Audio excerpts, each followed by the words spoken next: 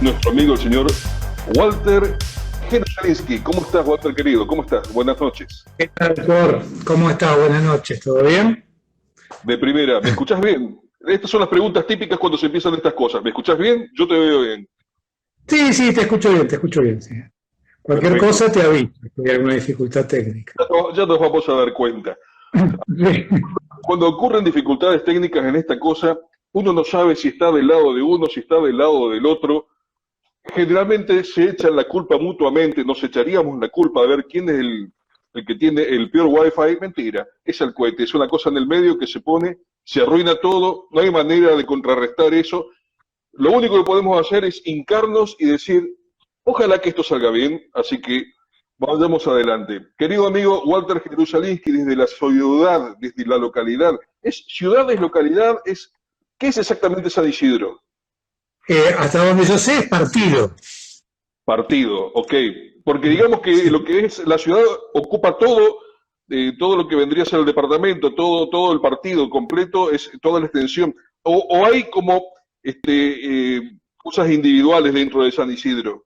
Vos estás No, precisamente... yo entiendo que, por ejemplo, Acasuso Claro, o Martínez están dentro del partido de San Isidro, ¿no? Después, Olivos, la verdad, creo que no. Creo que Olivos es otro partido. eso es, Y creo sí, que es el es de Vicente López. Mm, Vicente López. Bueno, vos sí, sí. particularmente entonces estás en lo que sería San Isidro exactamente. Yo estoy en San Isidro, muy cerca del hipódromo, en una zona tranquila, Más con San Isidro, arbolitos. más San Isidro no puede ser. Bueno, mi estimado, hoy tenemos un tema bastante interesante, algo que nos podría poner en una, espero, en una ilustrativa charla. Solidaridad o cooperación. Vamos a mostrarle a la gente primero de qué se trata la participación de los que estamos aquí presentes. Mi nombre es Thor Shane, soy uno de los directores del Club de la Libertad y quien me acompaña es un hombre de la informática, un hacedor de la Internet, se define a sí mismo, es... Vos estás trabajando en la Internet de las cosas, no Sí, es... desde hace. En realidad yo comencé hace casi 40 años en electrónica. Y Claro. en aquella época, cuando uno empezaba a trabajar con microprocesadores y todo ese tipo de cosas, se empezaba a incursionar eh, la computación. Entonces fui mirando y cada vez fui más cerca, me acerqué más al software y durante muchos años es como que quedó abandonado la parte electrónica de todo esto. Pero ahora, desde hace unos años, hay un resurgimiento del aspecto físico o electrónico de la Internet sin que uno trabaje en Cisco, ¿no? Por la Internet de las cosas, que viene a ser no es ninguna otra cosa que los dispositivos, así como nosotros nos conectamos y charlamos, los dispositivos se conectan y charlan, y eso genera datos, y esos datos se procesan, y ayudan a tomar decisiones de negocios, y eso es la Internet de las cosas. Bueno, entre otras cosas, a eso me estoy dedicando desde hace unos años, para la industria, para el agro. ¿Mm? Eh, Digamos que sería básicamente, entre otras cosas, la posibilidad de quizás manejar a distancia equipamientos, dispositivos, desde alguna terminal en otro lugar físicamente y poder estar fiscalizando todo lo que vos podrías estar viendo in situ con los sensores, con todo el panel de control, pero en este caso vía Internet desde otro punto del planeta o desde otro planeta o desde otra, cuando menos, estación espacial. Si quisiéramos, total, Internet hoy básicamente está en todos lados y va a seguir estando cada vez más lejos. Pero bueno, eso es entonces, estamos con la Internet de las cosas, digamos que es reintegrar lo que era aquella electrónica que nos volvía locos en su momento, fabricando circuitería con un poco de ácido, con un poco de revelador, haciendo circuitos impresos, ahora sumándolo a una interfaz digital. Seguramente estás trabajando con cosas como imagino, con Arduinos y cosas por el estilo. Estamos trabajando con Arduino, estamos trabajando con otra línea de microprocesadores similares que se llama ESP de una empresa que se llama Expressif, que es muy popular. También estamos trabajando con otros dispositivos que se llaman Raspberry Pi, que es una computadora en una sola tarjeta, ¿no? Que sí, Exactamente. que es muy buena para hacer computación de borde, se llama.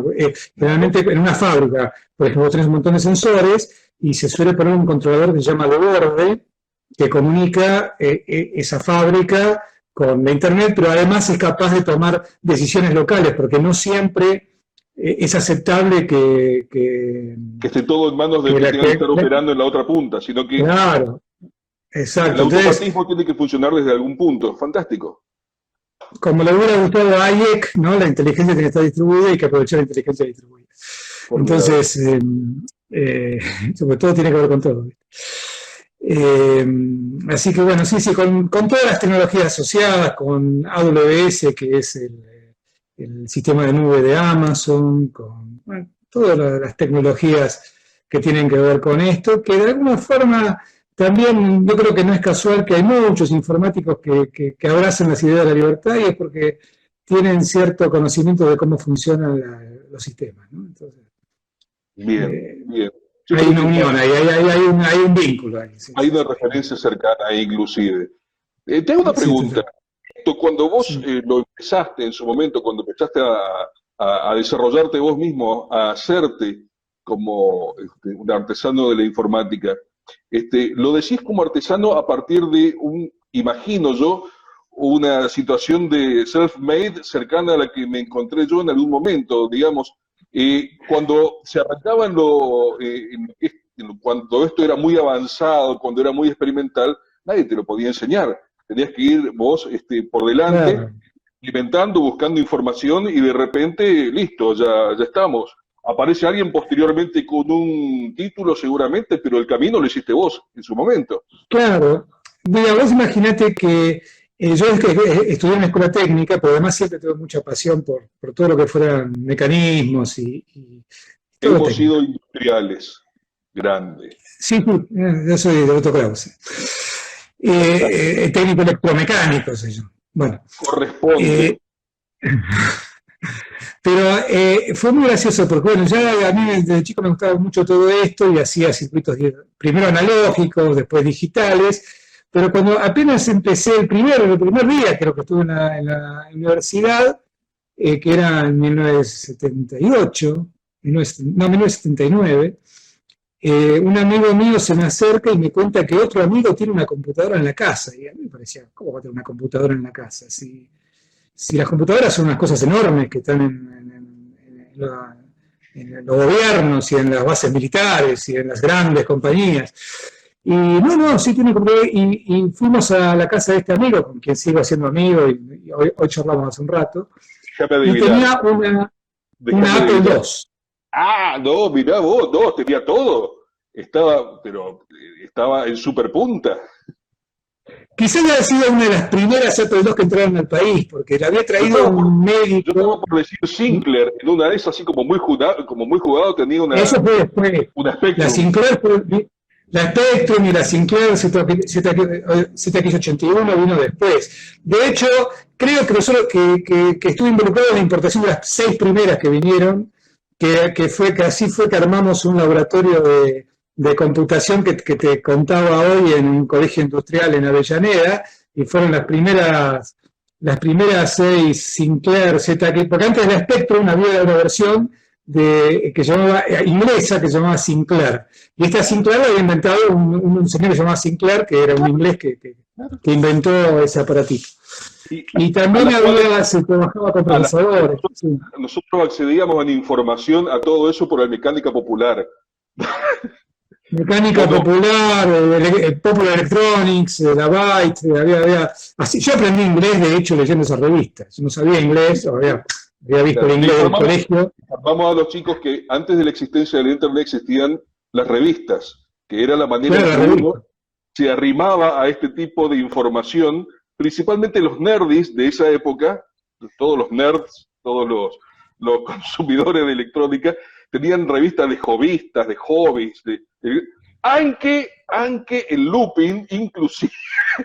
Sí, por supuesto, y la revista Hobby, y había una especie de diarios que uno llamaba Radio Técnica y otro llamaba Radio Práctica, Radio Técnica y Radio Práctica, sí, que era en formato tabloide, así, en formato diario. Sábado, es una cosa increíble, sí, qué delirio. Sí, y ahí encontraba proyectos y se compraba transistores y la resistencia los hacía. Y bueno, yo desde que tengo 14, 15 años hacía eso, ¿no? Pero cuando ese día la facultad me dice, y ahí me enteré que existían los procesadores y nada de todo esto se hablaba en la facultad, ni siquiera en la carrera todavía de ingeniería electrónica, no se veía nada de todo esto. Y ahí acá donde toca lo que vos comentabas antes, ¿no? Si a uno le gustaba, no lo iba a ver en la facultad, tenías que hacértelo vos mismo con esta revista, aprendiendo inglés para leer los artículos. Ya cuando uno ya avanzaba un poquito, quería leer otra clase de artículos y estaban todos en inglés, que para mí era chino básico en esa época. Y bueno, y así, hoy mismo leo y escribo inglés mucho mejor que lo hablo por el hecho de que lo aprendí de esa manera, ¿no? Y sí, y ese viaje continuó durante toda la vida, ¿eh? Durante toda la vida siempre hay cosas nuevas y cosas que uno no las obtiene si no es buscándolas, ¿no? Yéndolas a buscar. Bueno, me siento que estoy mirando una especie de espejo acá. Yo siento que estoy mirando una especie de espejo, porque tenemos ciertamente hay una relación muy, muy cercana en cuanto a cómo se han construido nuestras carreras, por así decirlo. Vos tenés una carrera, yo tengo una profesión en la cual me muevo hace mucho tiempo y me he hecho absolutamente de la misma manera.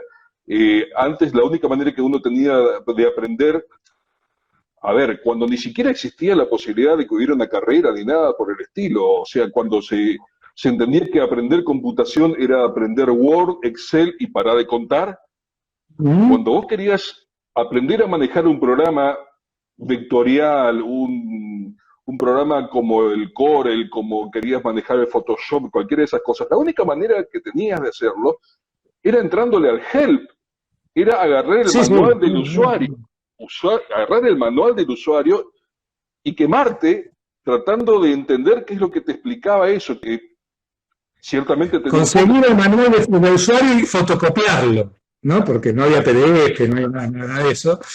O ir a una casa de electrónica, por ejemplo, el tema de los chips y la electrónica uno no es que, yo voy a explicar otro día a mi hijo, que también le gusta la electrónica, que no era que buscase en internet la hoja de datos. Tenías que, muchas veces comprabas un chip y le pedías una fotocopia al negocio que te dé una fotocopia de la hoja de datos. O este amigo mío que tenía la computadora, le había traído un médico, se mandaba a pedir él escribía a National y National le mandaba todos los manuales y uno tenía todos los manuales en la casa, ¿no? Bueno, y eran épocas divertidas, tiempos interesantes. ¿Cómo es que toda esta historia de viejos, cómo es que todos estos cajones de recuerdos se relacionan hoy en día con el pensamiento liberal? A ver, ¿en qué momento vos, Walter Jerusalensky, te encontraste, en qué momento te reconociste como un libertario, como un liberal? Porque digo, en nuestra generación particularmente, no era tan fácil.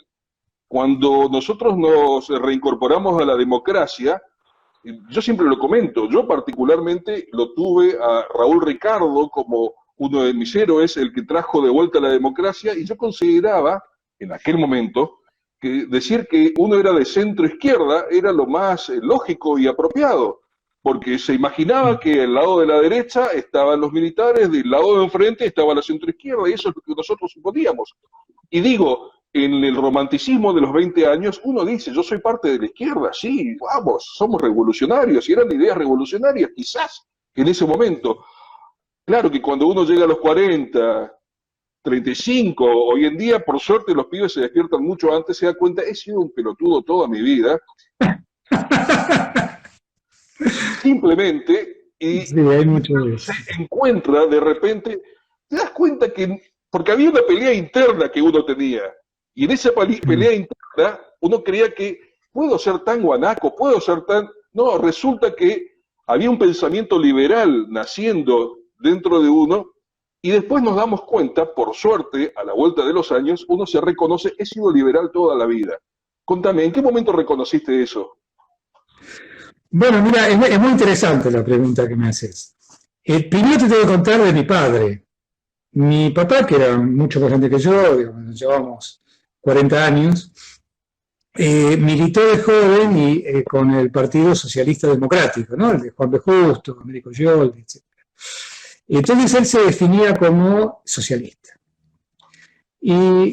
Pero todas sus ideas eran francamente liberales. Es decir, y a mí empezó a hacer ruido ese tema, pero claro, él siempre hacía diferencia, ¿no? Una cosa es el socialismo democrático y otra cosa muy diferente, el comunismo, el anticomunista muerto, mi viejo. Pero se autotitulaba socialista. Claro, no había leído Camino a la Servidumbre, se ve.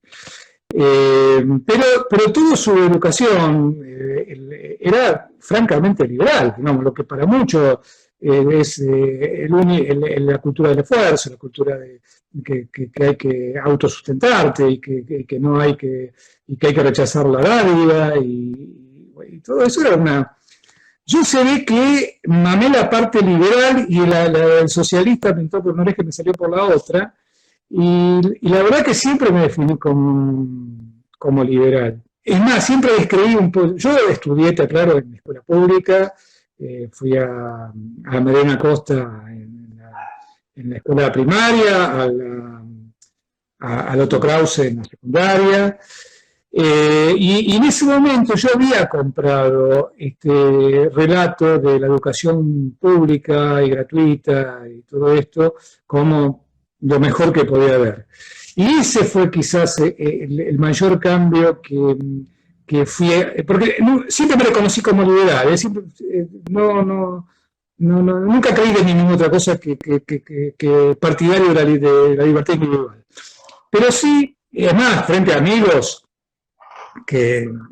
amigos que estaban montoneros, ¿no? que después cambiaron, pero yo nunca me definí ni siquiera como de centro izquierda, la verdad es esa.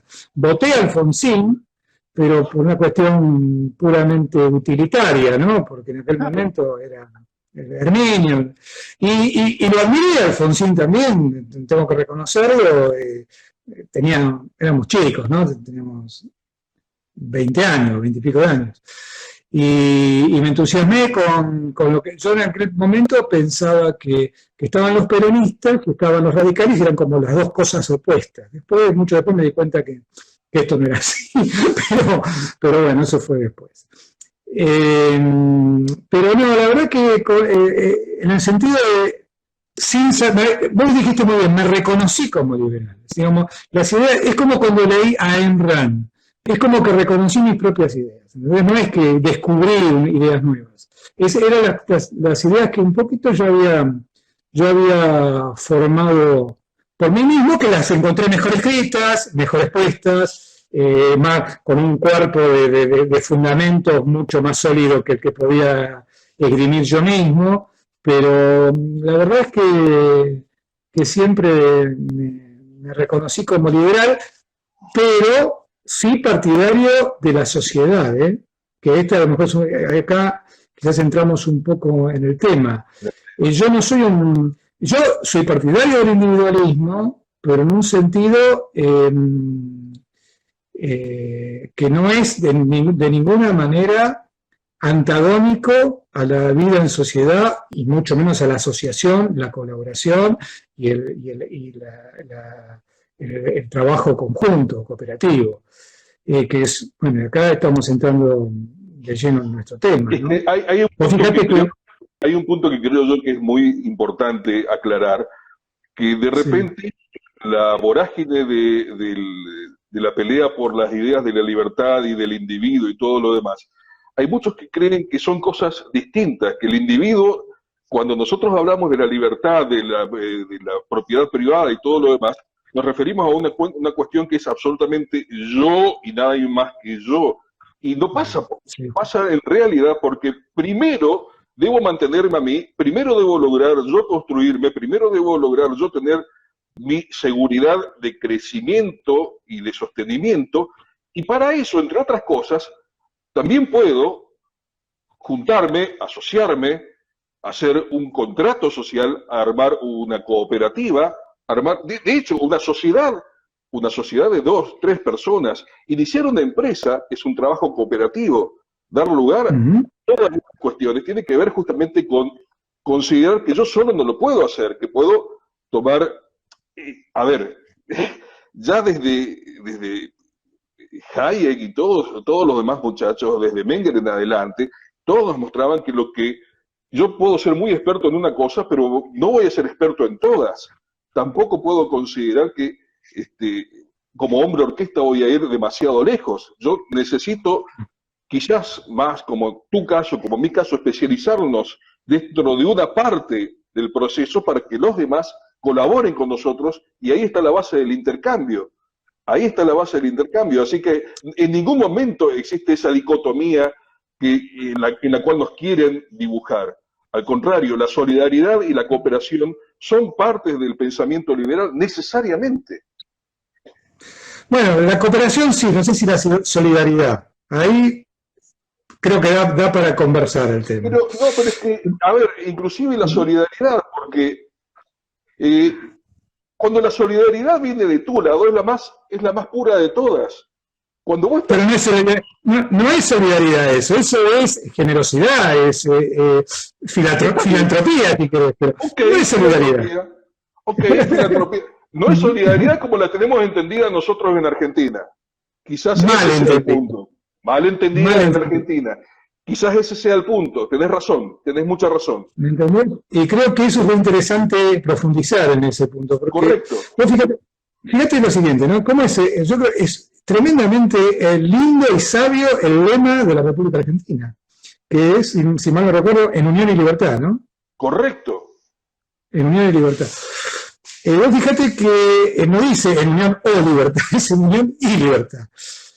Porque puede ser la unión sustentable si no es en libertad, porque ahí acá viene la crítica que yo hago, o el rechazo que yo tengo a la palabra solidaridad. Yo creo que la palabra solidaridad es como erosiona o devalúa el concepto de cooperación o colaboración.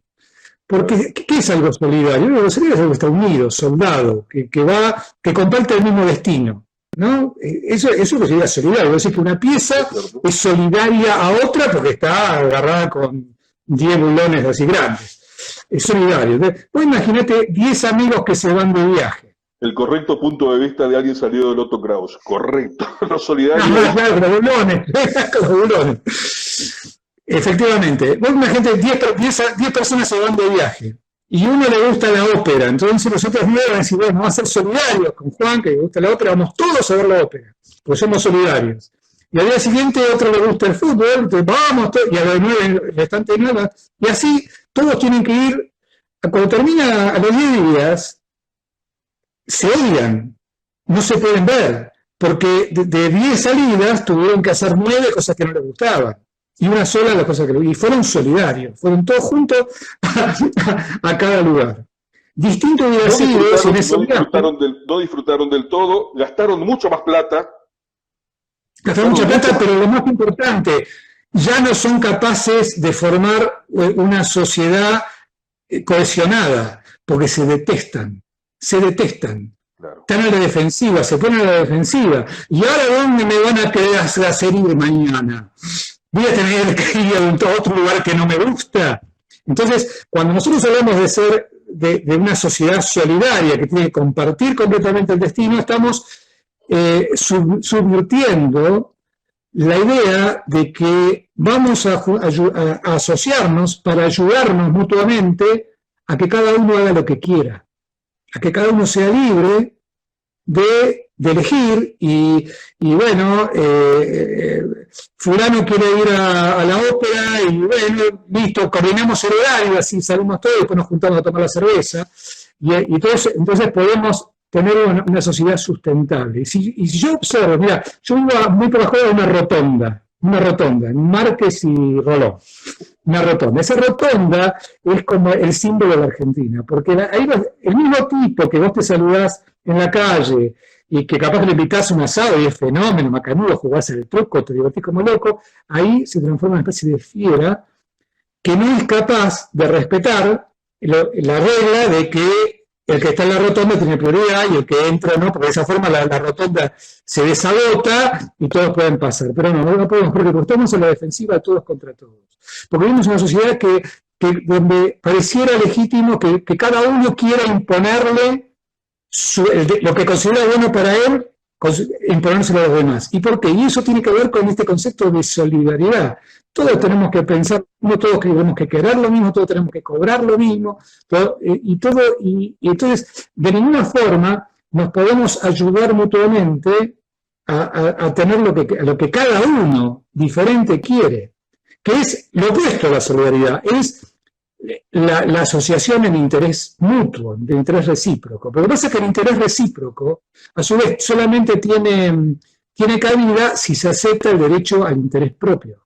Es decir, yo me puedo asociar, esto tiene que ver con lo que vos decías vos, primero tengo que quererme a mí para poder, y si no es legítimo el interés propio, si no es legítima la búsqueda de la propia felicidad como tan correctamente dice la Declaración de Independencia de Estados Unidos, entonces no tiene sentido la construcción de una asociación de interés mutuo. Porque si no hay interés propio, no hay interés recíproco. No hay intercambio de valor por valor en interés recíproco porque no tiene el fundamento del interés propio.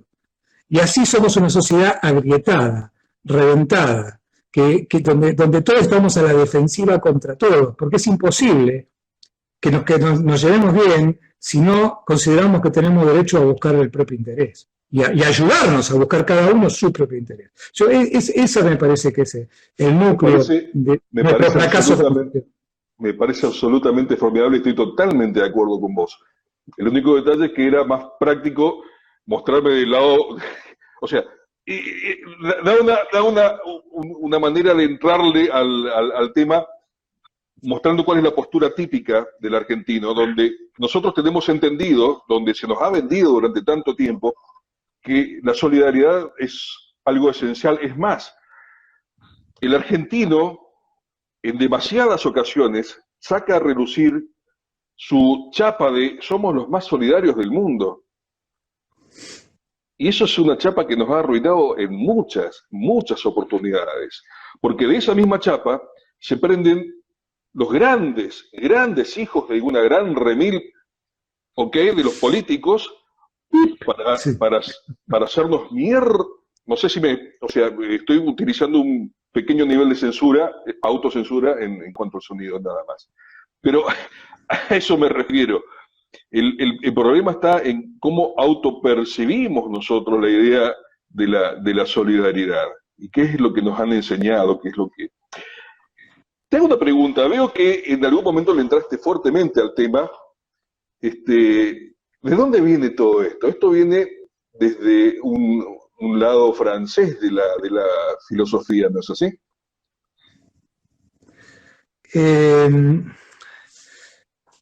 La idea es... No sé bien a qué te referís. Yo soy dicho de franceses, de un lado, del otro lado... No, está bien.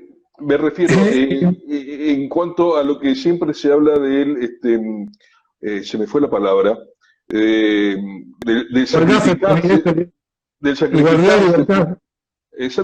sacrificarse por los demás, entregar todo por los demás y todo eso. Hay dos escuelas definitivamente. Una es la escuela francesa y la otra es la escuela inglesa, que tiene que ver justamente con primero me construyo a mí, primero logro llegar a mis bases para poder ser solidario, para después poder cooperar con los demás y de esa manera crecer todos juntos. ¿Me entendés? Sí, perfectamente. ¿En qué momento se nos incrusta tan fuertemente a los argentinos? Porque, a ver, así como vos mencionabas hoy, la escuela que uno mama de los que eran los padres de nuestra generación, donde tenían una referencia muy correcta del hacer lo correcto, del do the right. Simplemente esa referencia es una de las diferencias más grandes que tenemos nosotros los latinos o sudamericanos con los anglosajones. El anglosajón entiende lo que significa el do the right, hacer lo correcto, sí. Y sabe perfectamente en qué momento estás pisando del lado equivocado. Y hay en ese mismo momento una situación de cooperación y una situación de comunidad y una situación de yo soy parte de este mismo país, no quiero que me la hagan a mí, no se la voy a hacer a otro. Y en esa rotonda que vos mencionabas, todos entienden que hacer lo correcto es esperar su turno para entrar en la rotonda y dejar que salgan los demás para que pueda seguir funcionando ese mecanismo tan simple. Te digo lo que pienso. Yo creo que la gran diferencia es la conciencia de que hacer lo correcto es lo que además te conviene. Porque seguramente todos sabemos qué es lo correcto y qué no lo es, o más o menos tenemos una idea. Pero para mí la gran diferencia con los americanos o con los pueblos anglosajones es que ellos tienen más una filosofía que tiende a pensar que hacer lo correcto, hacer el merge cuando entra en un carril, dejarse pasar en las esquinas o en las rotondas, no solamente es lo que deben hacer, sino más importante todavía es lo que les conviene hacer, porque de esa forma van a pasar más rápido. Y todo es lo que funciona. Es lo que funciona. El win-win, ¿no? Es lo que funciona. Y nosotros, ellos es como que no tienen un pensamiento de contraposición entre lo que conviene y lo que se debe. Mientras que los pueblos latinos pareciera que tuviéramos una creencia, esta creencia del juego de suma cero, ¿no? De que si yo gano, el otro tiene que perder. Bueno, podemos ganar los dos. Esta cosa de los bienes como algo dado, que en cantidad fija, que vienen de arriba, ¿no? De Dios, de la naturaleza, no sé, y que si yo tengo un poco más, luego tengo que tener un poco menos. No existe esta idea de que no, vamos a construir nosotros más. Y yo creo que ahí está la gran diferencia que hace que ellos sean conscientes de que hacer lo correcto es lo que les conviene, además de ser más honesto, todo esto, pero además les conviene. Y nosotros creemos que no, mirá, también hay una realidad. Si acá vos no haces eso, no entras en la rotonda, ¿no? Es decir, vos metés el acelerador y entrás porque si no te quedás a vivir. Entonces es como una especie de círculo vicioso en el cual el mismo tipo que acá mete el acelerador y se manda en la rotonda como puede y primereándole al otro que viene de la otra calle, lo ves en Nueva York o en Miami, o por un lado, esperando la rotonda. Y no solamente por el temor, como dicen muchos, no es por la multa, es porque si vos no lo haces, te van y te meten una infracción de $500. No, pero yo no estoy convencido que no es solamente la cuestión punitiva, que también es real y existe, sino la conciencia de que de respetar al otro conviene ir por la calle y salir a hacer una sonrisa al que te cruza y saludarlo. Porque, qué sé yo, cuando te cruzás de vuelta, porque necesitas que te preste una llave inglesa, qué sé yo. ¿Por qué? Porque es mejor para todos. Si nosotros vivimos en una sociedad que donde esta grieta, de la cual hoy se habla tanto, no es nueva, ahora está en auge, en crisis, pero en colapso quizás.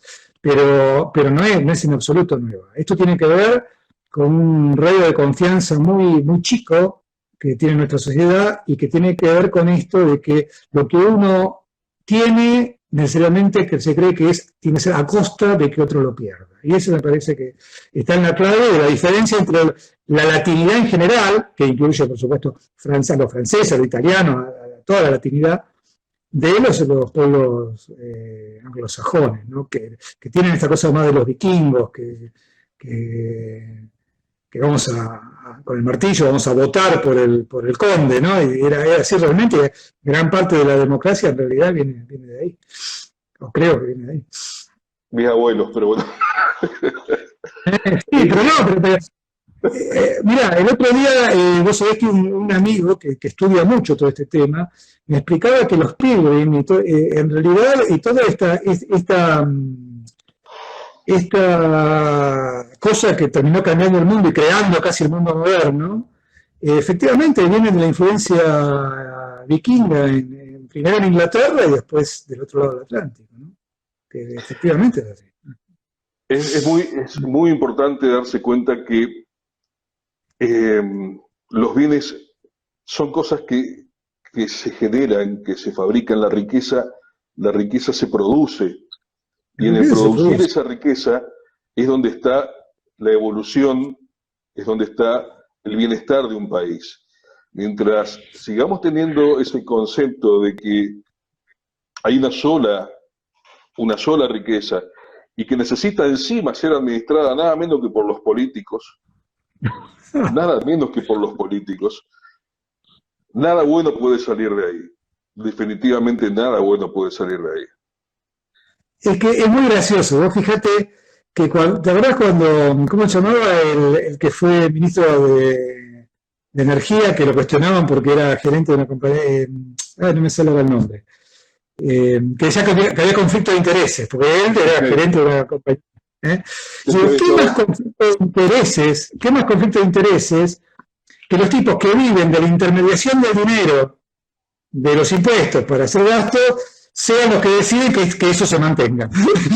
Más conflicto de intereses que ese no puede haber. Ese es un verdadero conflicto de intereses. Es el primer conflicto de intereses. El primer conflicto de intereses. Y encima son los que tienen en su mano la fabricación del dinero. Claro. Deberían tener prohibido votar, en realidad, prácticamente, ¿no?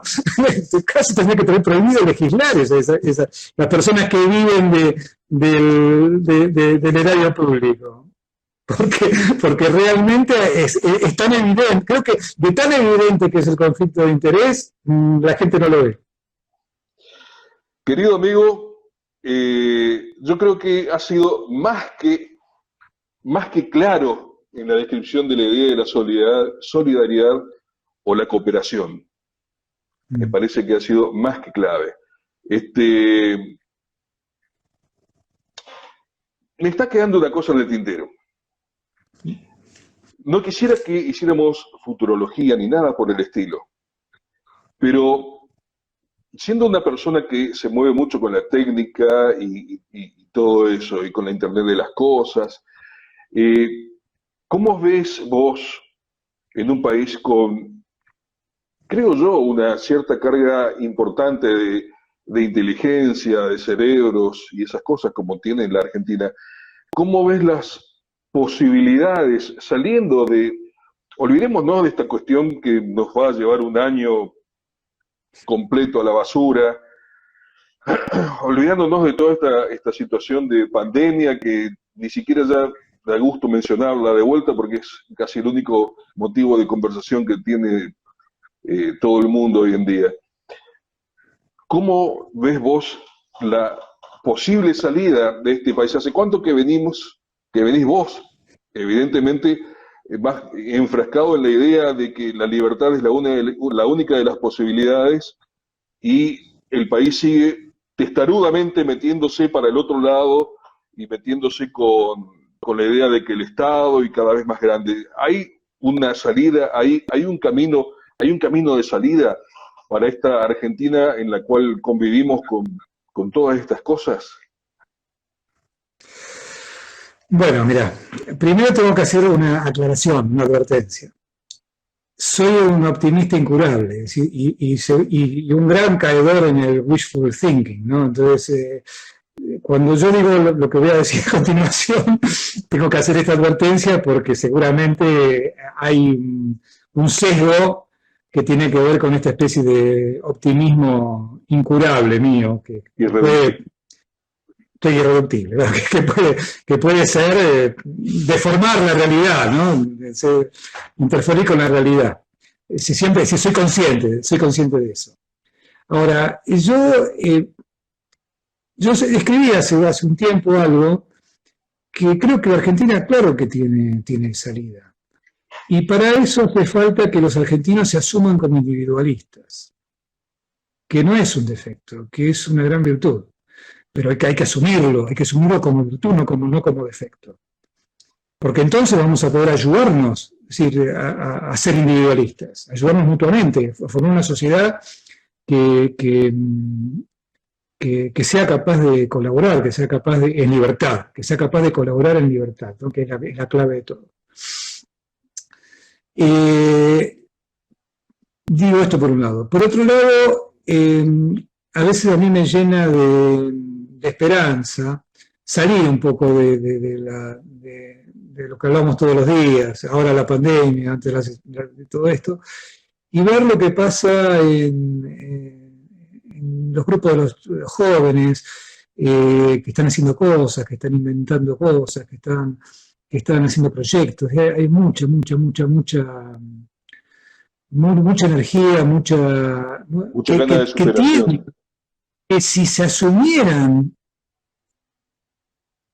en un egoísmo racional, que se asumieran que es lícito que busquen hacer su vida y buscar su propio interés y ayudarse mutuamente a buscar el propio interés, entonces podemos ser una gran...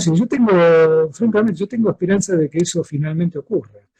También creo que la tecnología va a ayudar mucho a que eso ocurra, porque es novedoso, digamos, la forma en que esto que estamos haciendo nosotros en este momento, donde hay jóvenes, gente mucho más joven que nosotros, que nos está escuchando.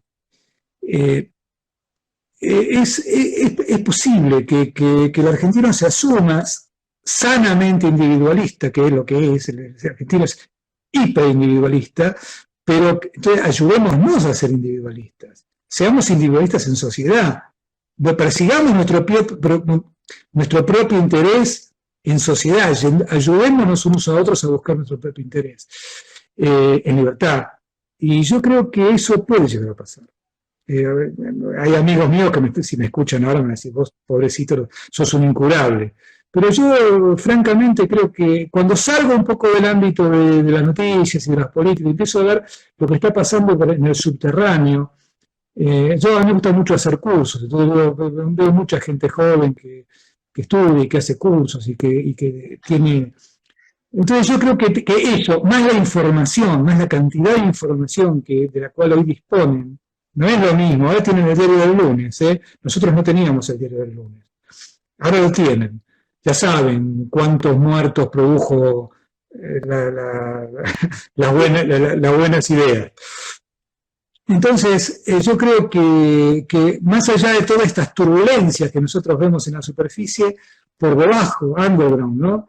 Hay una evolución, y que esa evolución finalmente va no sé si lo veremos nosotros, te soy franco, pero creo que va a suceder. Mira, yo te cuento, recién estaba pasando por acá un gran amigo tuyo, Alberto Medina Méndez, estaba mandando saludos. Y yo creo que una gran demostración del optimismo que nos embarga a todos los libertarios, porque los libertarios somos optimistas definitivamente. Sí, hay que ser. Y no tontamente, porque si no fuera por ese optimismo, no tendría razón de ser las fundaciones, no tendría razón de ser la batalla cultural, no tendría razón de ser nada de esto que estamos haciendo todos los días, que es aprovechar, entre otras cosas, las posibilidades que justamente nos da la tecnología. Se nos cortó la posibilidad de hacer los encuentros, los eventos, porque tenemos una pandemia y no nos permiten juntarnos.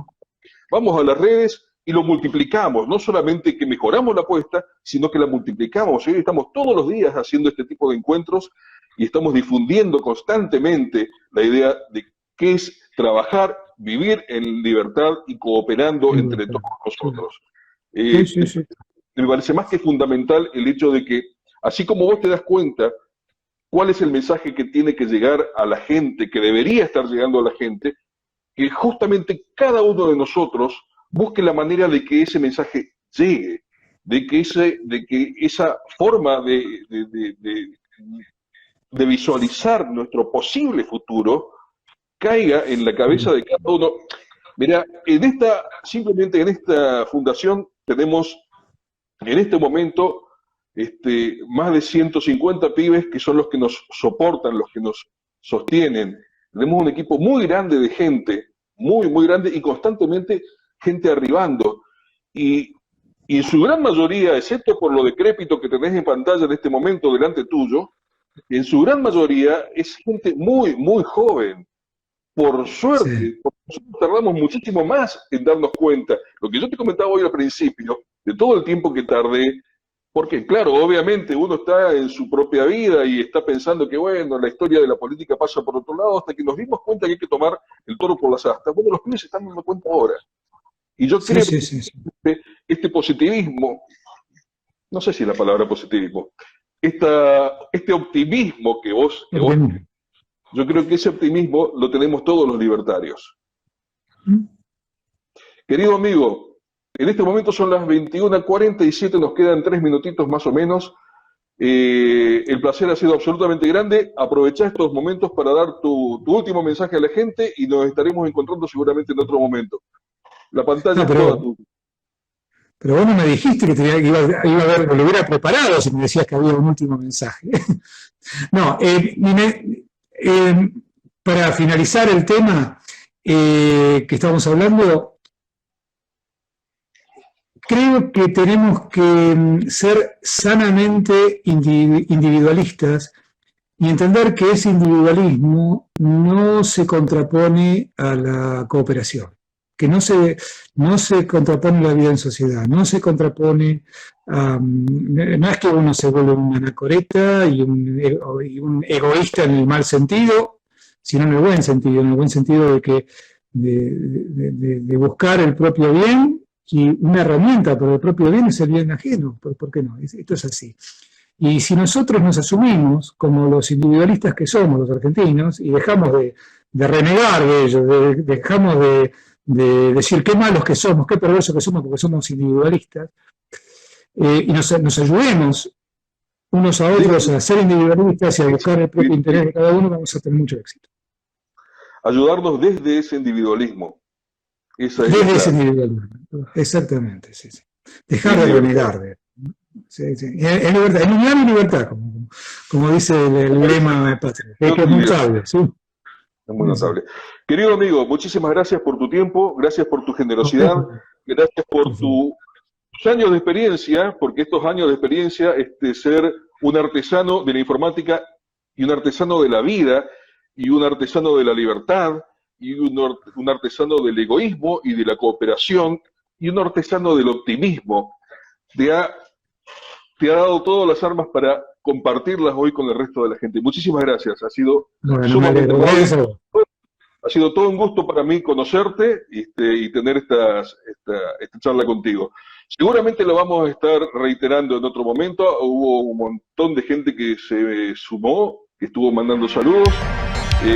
Gracias por todo, nos estamos viendo.